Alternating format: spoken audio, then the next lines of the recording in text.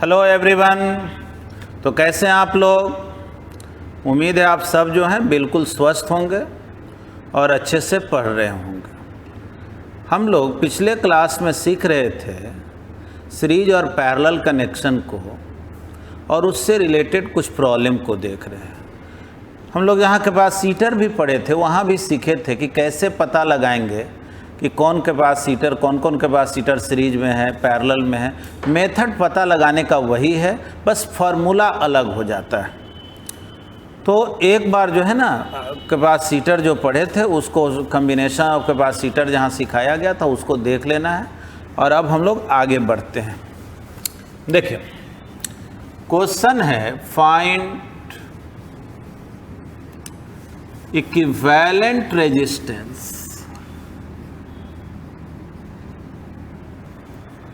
between M and N। ठीक ना, A और B, M और N कुछ भी हो। चलिए आइए, क्वेश्चन है इस तरह से।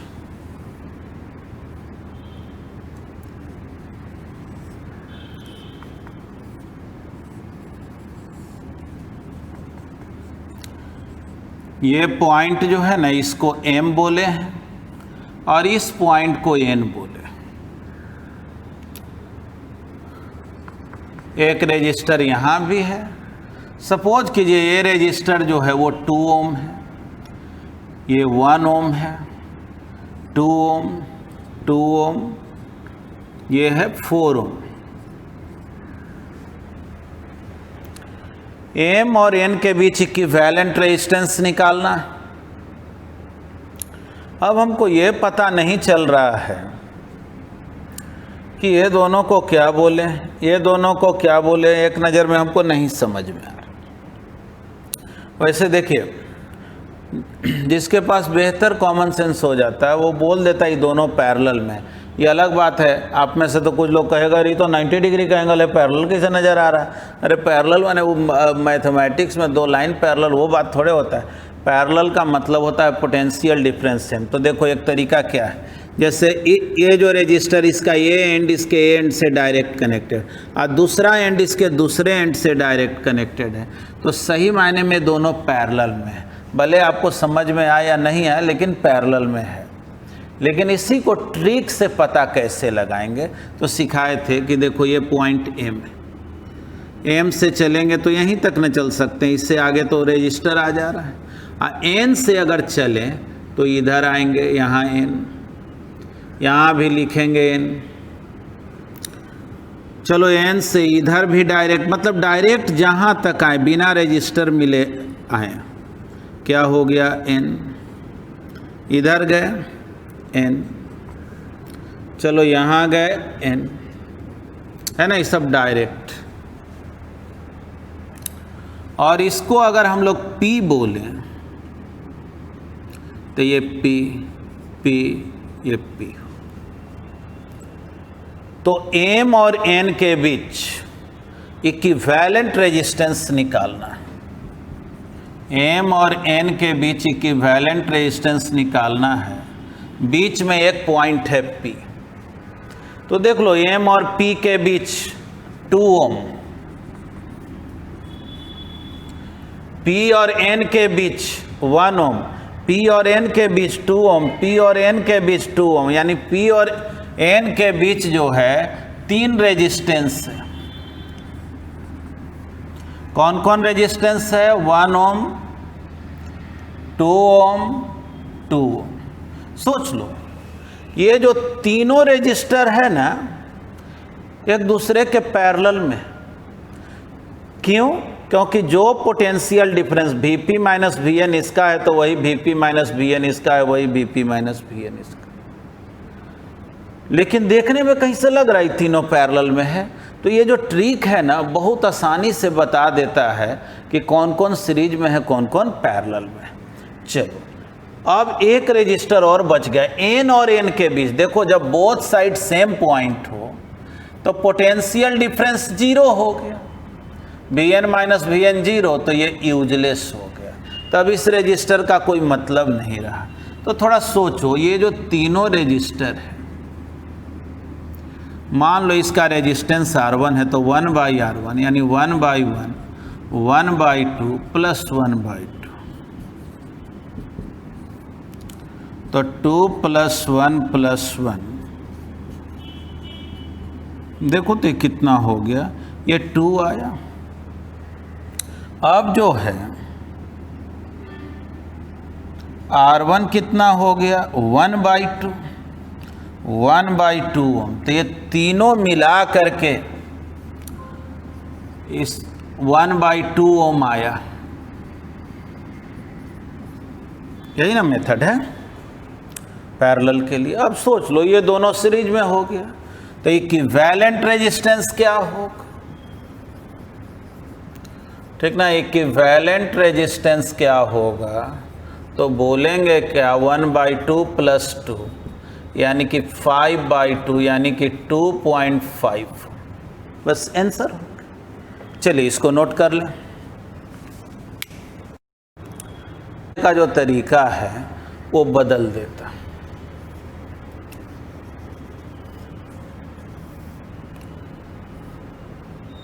यहाँ पे जो है एक रेजिस्टेंस दिया, एक यहाँ दिया, एक रेजिस्टेंस यहाँ, और देखो यहाँ पर क्या किया ना, ऐसे डायग्राम बना दिया। इस तरह से जब डायग्राम बनता है ना, इसका मतलब होता है कि ये वाला जो वायर है ऊपर से पास किया, यानी ये दोनों कांटेक्ट में नहीं, ठीक ना। ये वायर और ये वायर एक दूसरे के कांटेक्ट में नहीं,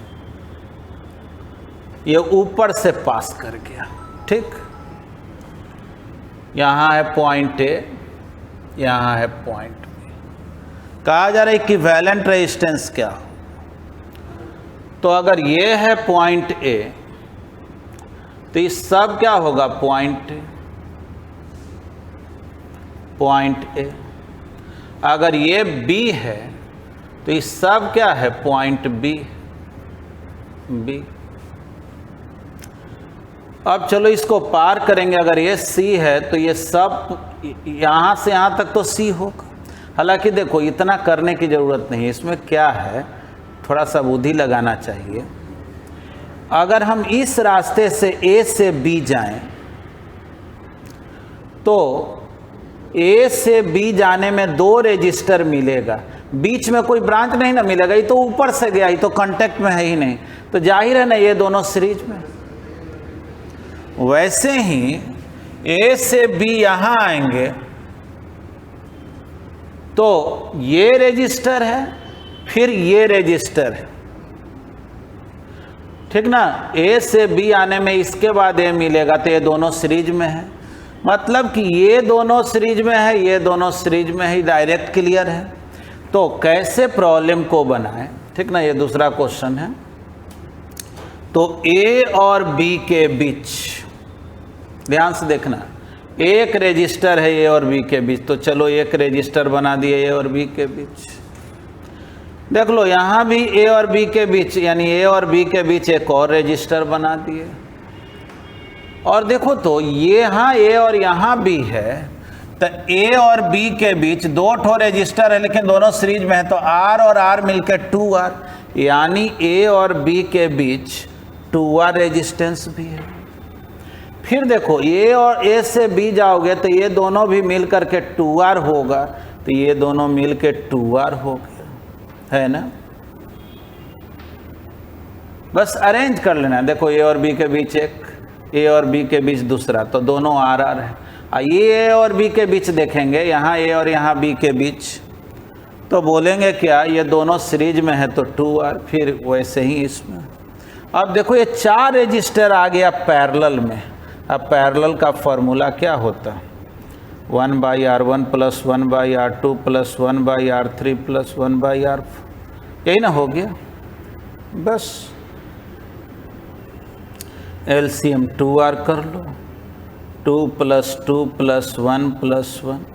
देखो तो R0 कितना हो गया जी, 2R / 6, तो R0 कितना हो गया, R/3। नोट कर लिया जाए। चलिए नेक्स्ट क्वेश्चन को देखते हैं।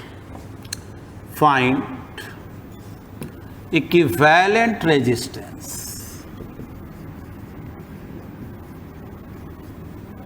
Between A and B.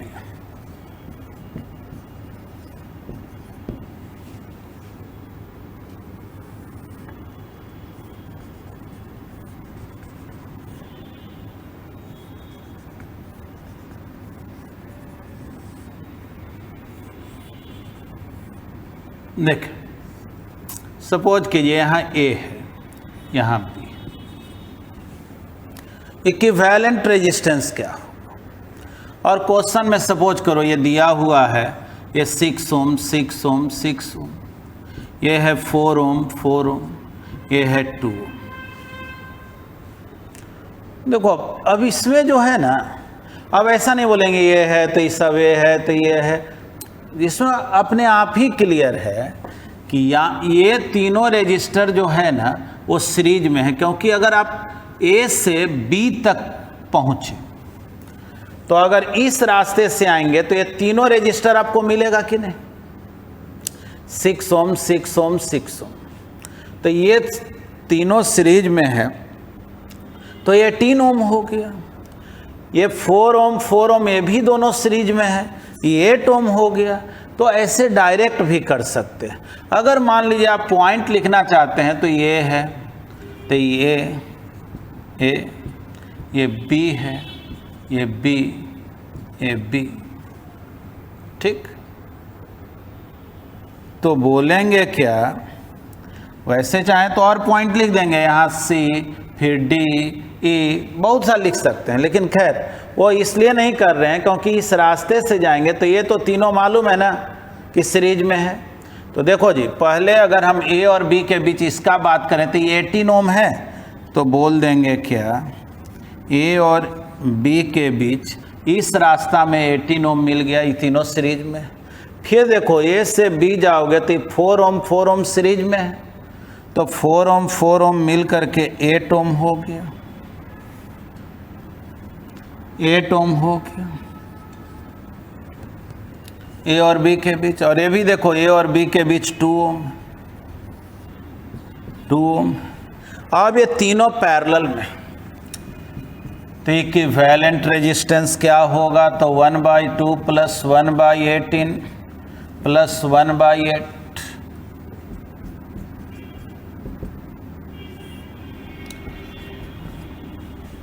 देख लो एलसीएम 72, ये 36, 4, 9। तो R0 का वैल्यू 72 डिवाइडेड बाई 49, यही हो, है ना। अब जो है देख लें इस क्वेश्चन को,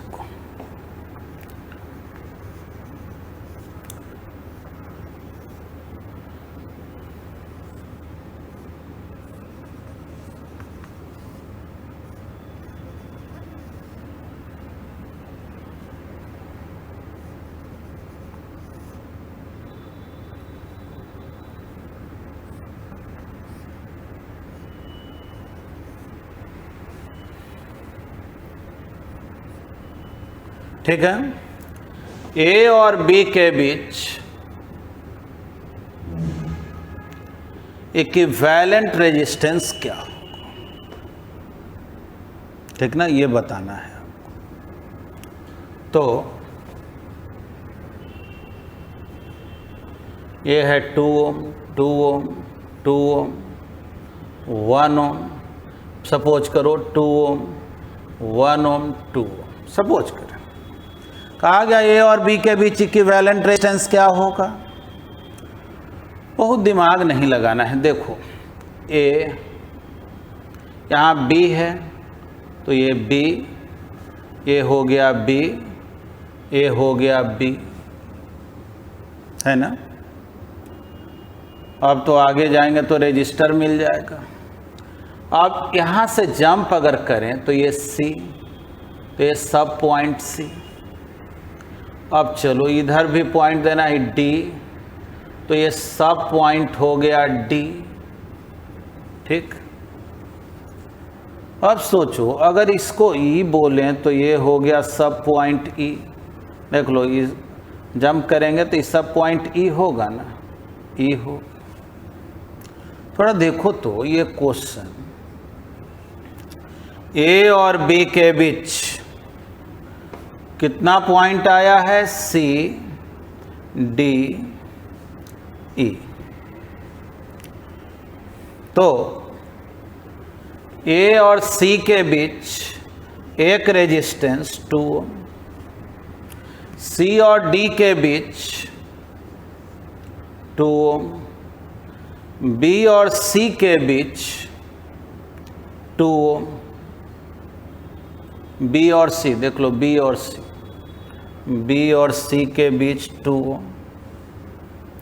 फिर देख लें बी और ई के बीच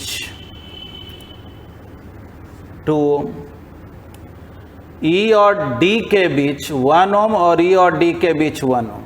तो ई और डी के बीच 1 ओम, ई और डी के बीच 1 ओम।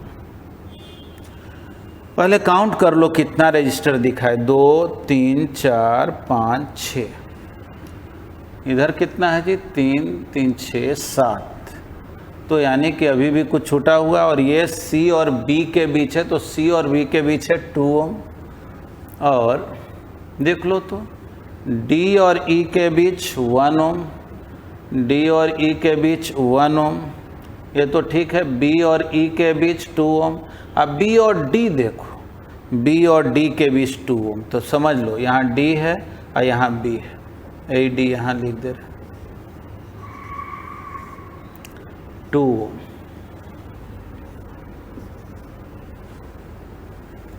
सोचो तो ये कैसे बनेगा प्रॉब्लम, इसमें कुछ स्पष्ट है क्या? तो हाँ बिल्कुल है, ये दोनों पैरेलल में ही तो डायरेक्ट क्लियर है, डी और ई के बीच दोनों है।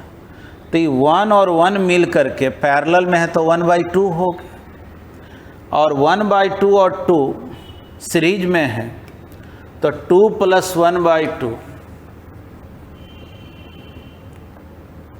यानी कि 5/2, यानी कि 2.5 ओम। यानी ये पूरा मिल करके 5/2 ओम हो गया, और ये इसके साथ पैरेलल में है। तो अब तो इतना स्पेस में तो बनेगा नहीं, तो पहले आप इसको लिख लें। अब देखिए इसी को सिंप्लीफाई कर रहे हैं, 1 और 1 पैरेलल में है तो कितना हो गया, तो 1/2, और 1/2 और 2 सीरीज में है तो हो गया 5/2। तो नया फिगर जब हम लोग बनाएंगे तो ये तो 2 ओम है ही, यहाँ पर पॉइंट सी लिखा हुआ है, फिर जो है 2 ओम है, यहाँ पॉइंट डी लिखा हुआ है, और ये डी और बी के बीच में ये पूरा मिल करके 2 ओम को भी शामिल कर लें तो 5/2 ओम आ रहा है। तो 5/2 ओम सीधे बी पर पहुंच गए, डी से बी। और देख लो इधर से डी और बी के बीच 2 ओम, तो डी और बी के बीच 2 ओम। ठीक, डी और बी के बीच 2 ओम। अब देखो अगर इसको हम लोग देखें, सी और बी के बीच 2 ओम, तो सी और बी के बीच 2 ओम, है ना? कुछ तो पहले से सिंपल हुआ। अब आइए, ये दोनों जो है वो पैरेलल है, तो पैरेलल है तो 2 × 5/2, 2 + 5/2, 2 2 कैंसिल, 5/, ठीक ना? देखो ये हो जाएगा 9/2, 2 2, अच्छा ठीक, 2 2 तो गायब हो गया, ये 9/2 हो गया, यानी कि 10/9 ओम। ये दोनों मिल करके 10/9 ओम, और ये दोनों मिल के इसके साथ सीरीज में। तो सोचो 10/9 + 2, 28/9 ओम। थोड़ा देख लेना, ये दोनों मिल करके दोनों पैरेलल में है तो R1 × R2/R1 + R2 किए तो आ गया 10/9, और ये दोनों मिल के इसके साथ सीरीज में है, तो 2 ओम जोड़ दिए तो 28/9 ओम, यानी ये पूरा मिल करके 28/9 आया। अब अगला फिगर जब बनाएंगे तो ये 2 ओम, ये पॉइंट सी, और ये पूरा मिल करके यानी सी से बी तक पहुंचेंगे तो 28/9 ओम हुआ, और नीचे में हो गया 2। देख लो तो कितना आसान। अब ये दोनों तो पैरेलल में है ना, और दोनों मिलके इसके सीरीज, तो इक्विवेलेंट क्या होगा, तो 2 प्लस, देखो ये तो सीरीज में है, ये इसका वैल्यू निकाल लो, ये दोनों पैरेलल में है, और इसको ऐड कर दो। सीरीज में तो R1 + R2 होता है, तो इसको कैसे निकालें, 28/9 इंटू 2 डिवाइडेड बाई 28/9 + 2, ठीक, यानी 2 + 56/9, और यहाँ क्या हो गया 18, 28 + 18 यानी कि 46/9। तो R0 का वैल्यू कितना आ गया, तो 2 + 56/46, या कहो 28/23, 46 + 28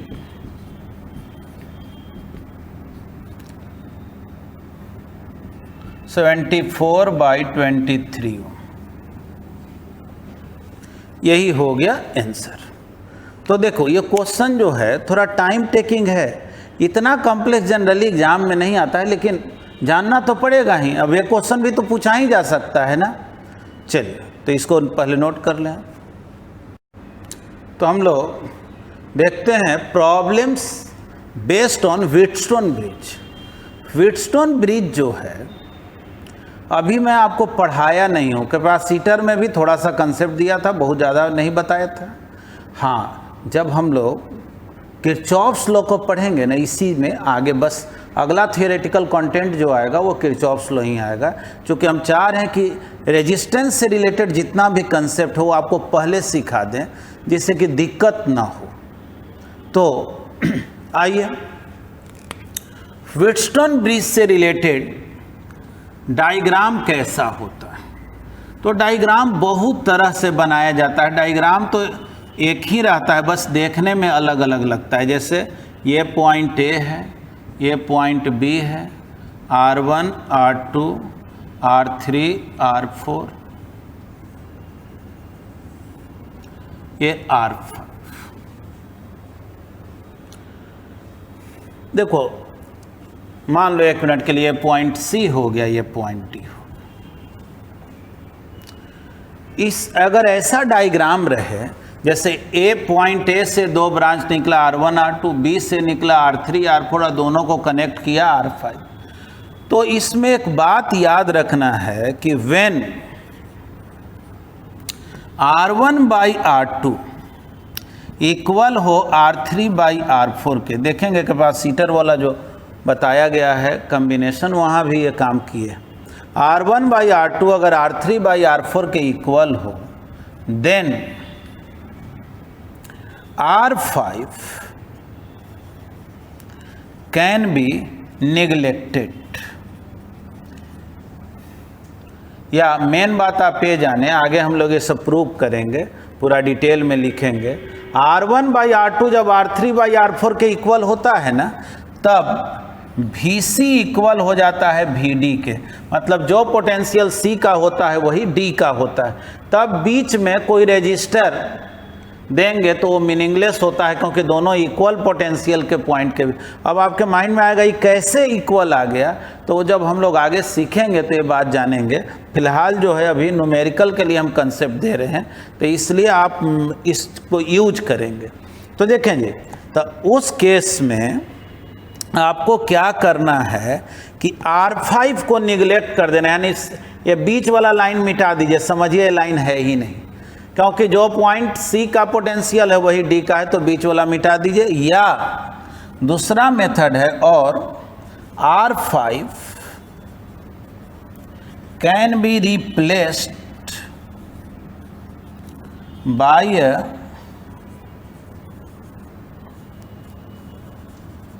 रेजिस्टेंस लेस वायर।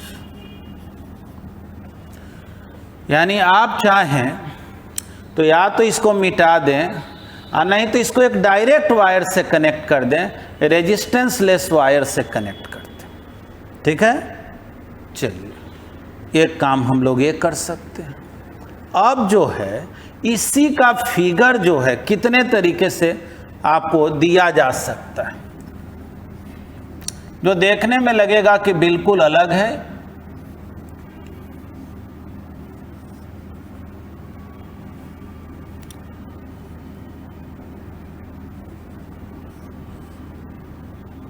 जैसे अभी ये जो फिगर बना है, ये कहीं से देखने में इसके जैसा तो नहीं लग रहा, लेकिन है एक ही figure.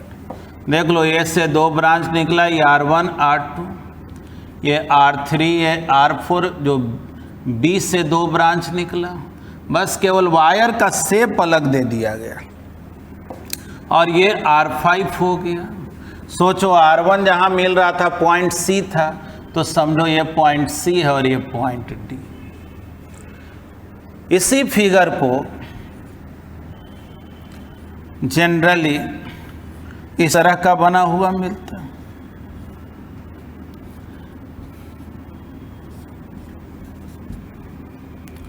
R1 R2 R3 R4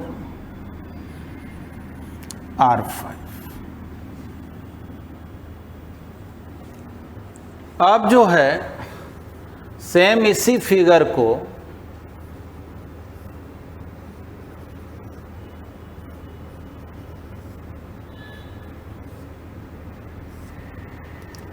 ये A है, B है, R1 R2 R3 R4 और R5 को देखो ऐसे दे दिए। एकदम देखने में फिगर अलग लग रहा है ना, लेकिन ये जितना भी डायग्राम बना है सब एक ही डायग्राम। सब में देखो, A से 2 ब्रांच निकला R1 R2, B से 2 ब्रांच निकला R3 R4, इन दोनों ब्रांच को कनेक्ट करने वाला R5 यानी C और D के बीच R5 है। तो इसमें क्या याद रखना है कि अगर R1 बाई R2 इक्वल हो R3 बाई R4 के, तो R5 को क्या करना है, निगलेक्ट कर देना, सीधे इस लाइन को मिटा देना है। या नहीं मिटाए तो रेजिस्टेंस लेस वायर से, मतलब रेजिस्टेंस हटा करके वायर से कनेक्ट कर देना है इसको। तो आइए इस पर बेस्ट प्रॉब्लम कैसे बनाएंगे उसको सीखते हैं। तो इस क्वेश्चन को देखिए अरेंजमेंट अभी व्हिटसन ब्रिज जैसा फिगर है, तो चेक करना है 2/4 R1 बाई R2, ये है 3/6, 3/6 इक्वल है कि नहीं, तो इक्वल है। तो बोलेंगे 2/4 is equal to 3/6, hence it is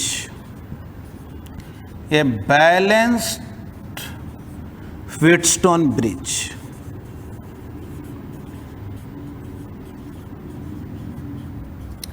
Balanced Wheatstone bridge, ठीक ना। जब ऐसा रहता ना R1 by R2 equal R3 by R4 के हो, तो उसको हम लोग बैलेंस्ड व्हीटस्टोन ब्रिज कहते हैं। और उस केस में इस रेजिस्टेंस को आप हटा सकते हैं। तो आइए फर्स्ट मेथड क्या, फर्स्ट मेथड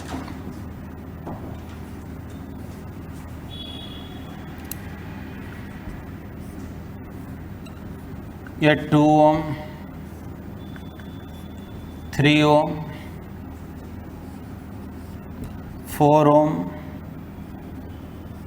6 ओम।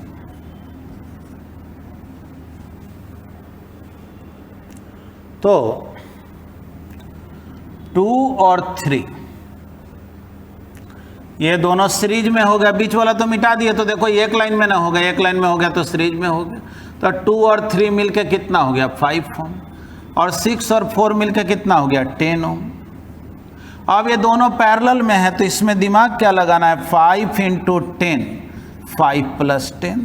दो रेजिस्टेंस पैरेलल में होता है, R1 × R2 by R1 + R2, 10/3 ओम। बस आंसर। इसी का सेकंड मेथड है,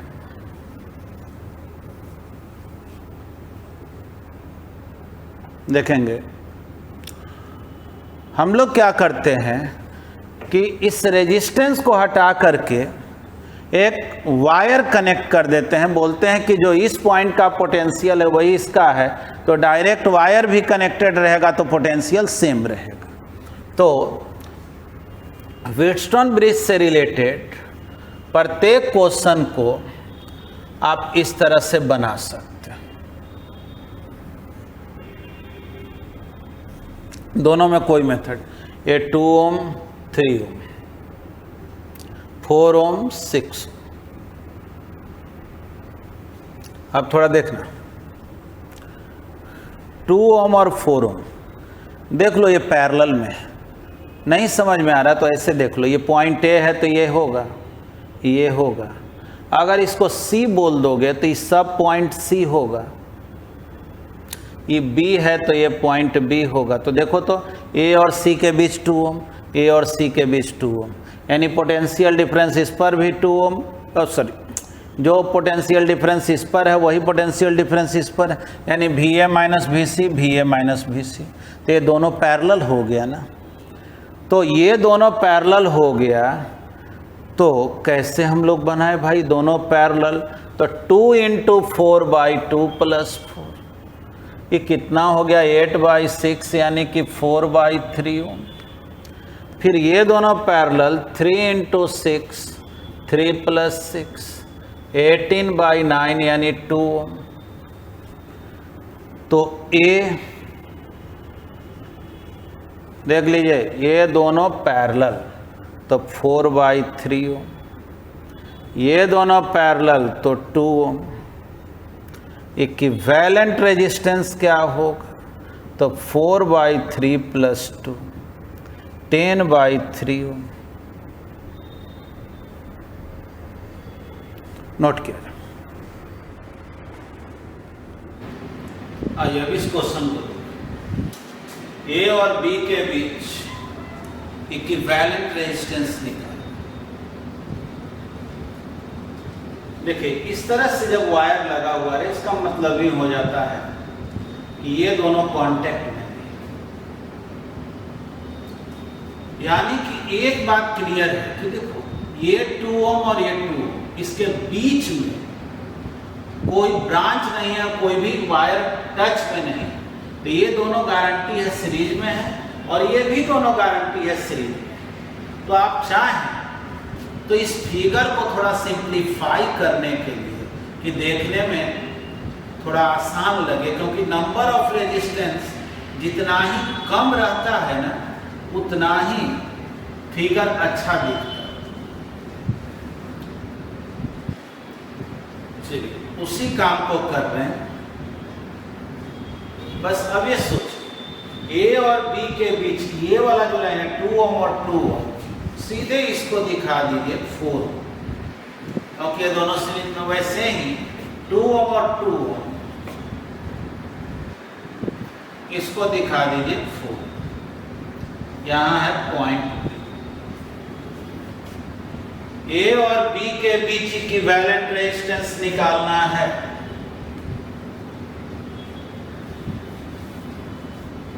ठीक, कोई समझ ही नहीं आ रहा कौन अब बच गया, कौन सीरीज में, कौन पर नहीं समझ में आ रहा, कोई बात नहीं। चलिए अब जानते हैं पॉइंट ए, ये देख लो यहां तक जाएगा ए, इसको बी बोलेंगे तो ए बी बी है ना, इसको पार किए सी, इस सब पॉइंट हो गया सी, देख लो इसको भी पार करेंगे यहाँ सी। इस पॉइंट को डी अगर बोलें इस सब पॉइंट को क्या बोलना पड़ेगा, डी। ठीक ना, रेजिस्टेंस को पार करने के बाद पॉइंट बदल जाना। तो देखो ए और बी के बीच इक्विवेलेंट निकालना है और सी और डी दो, तो ए और बी के बीच इक्विवेलेंट रेजिस्टेंस निकालना है और बीच में दो पॉइंट आ गया सी और डी। चलिए, मतलब दो एक्स्ट्रा पॉइंट निकालना ए और बी के बीच है, इसीलिए ये यहाँ लिखे, बी यहाँ लिखे, और जो बीच का पॉइंट आया वो बीच में लिख देते हैं। सोचो तो ए और सी के बीच एक रेजिस्टेंस, तो ए और सी के बीच एक रेजिस्टेंस कितना है जी, तो 4 ओम। फिर ए और डी के बीच एक रेजिस्टेंस, तो चलो ए और डी के बीच एक रेजिस्टेंस 4 ओम, ये भी 4 ओम। फिर देखो सी और बी के बीच एक रेजिस्टेंस 4 ओम, सी और बी, तो चलो सी और बी एक रेजिस्टेंस 4 ओम। अब आ जाओ, ए और बी के बीच एक रेजिस्टेंस 4 ओम, तो ए और बी सोच लो, ए और बी के बीच 4, यहाँ बी है यहाँ ए। फिर सी और डी के बीच 4 ओम, ठीक। ए और डी तो ऑलरेडी हम लोग दिखा चुके हैं, सी और डी के बीच दिखा दिए 4 ओम। अब देखो डी और बी के बीच 4 ओम,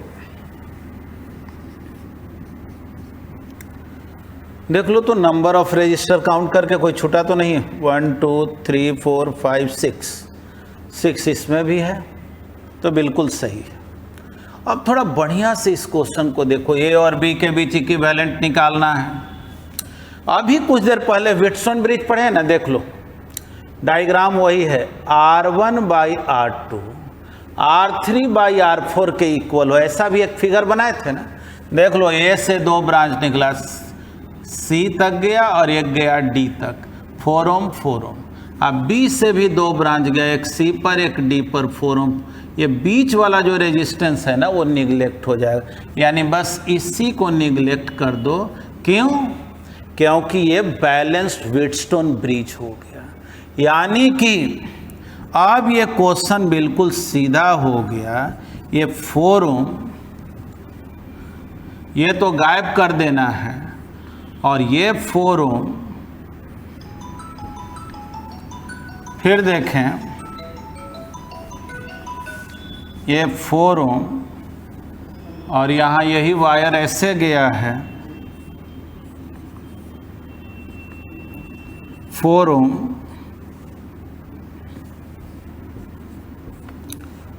और ए और बी के बीच 4 ओम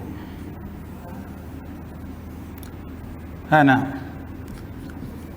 देखिए ये तो हम इसलिए इतना लेंदी करके लिख रहे हैं कि आप समझ जाइए कैसे स्टेप वाइज प्रोसेस लेना है, नहीं तो इतना भी कुछ करने की जरूरत, तो डायरेक्ट भी कर सकते थे। ये जैसे ही मिट गया तो ये दोनों एक लाइन में आ गया, 4 और 4 8 हो गया। ये भी देख लो 4 और 4 8 हो गया, तो ये 8 ओम, ये 8 ओम और ये 4 ओम, यानी कि ए और बी के बीच 8 ओम 8 ओम 4 ओम। इक्विवेलेंट रेजिस्टेंस क्या होगा? 1/8 1/8 1/4, 1 + 1 + 2, तो 4/8, तो R0 हो गया 8/4 यानी कि 2, है ना। यही हो गया इसका आंसर। तो देखो ये भी क्वेश्चन जो था व्हिटस्टोन ब्रिज पर बेस्ड था, लेकिन एक नज़र में तो कुछ समझ ही में नहीं आ रहा कि व्हिटस्टोन ब्रिज पर है। लेकिन जब हम लोग अपने जो ट्रिक सीखे पॉइंट पाथ मेथड की, कैसे पॉइंट दे करके हम सर्किट को कॉम्प्लेक्स ना करके सिंपल में बदल लें, तो जब हम लोग सिंपल किए और उसको जब इक्विवेलेंट डायग्राम में बदले तो क्या देखे कि तो व्हिटस्टोन ब्रिज हो गया। तो ठीक है, वैसे तो आप इक्विवेलेंट रेजिस्टेंस से रिलेटेड जो भी प्रॉब्लम होगा उसको ट्राई कर सकते हैं, लेकिन अभी व्हीटस्टोन ब्रिज का भी और एप्लीकेशन बताना है। साथ में जो कॉम्प्लेक्स सर्किट है उसका इक्विवेलेंट रेजिस्टेंस कैसे निकालते हैं, और उसमें कुछ आपको जो है डिफरेंट मेथड भी, नोडल पॉइंट मेथड जो है या आपको फोल्डिंग मेथड है, वो सब भी मैं सिखा दूंगा, जिससे कि आपको रेजिस्टेंस से रिलेटेड प्रॉब्लम में दिक्कत ना हो। ठीक है, तो आज हम लोग इतना ही सीखेंगे। अगले लेक्चर में हम लोग इसी में जो सेकंड लेवल का प्रॉब्लम होगा और डिफरेंट टाइप का प्रॉब्लम होगा उसको डिस्कस करेंगे। धन्यवाद।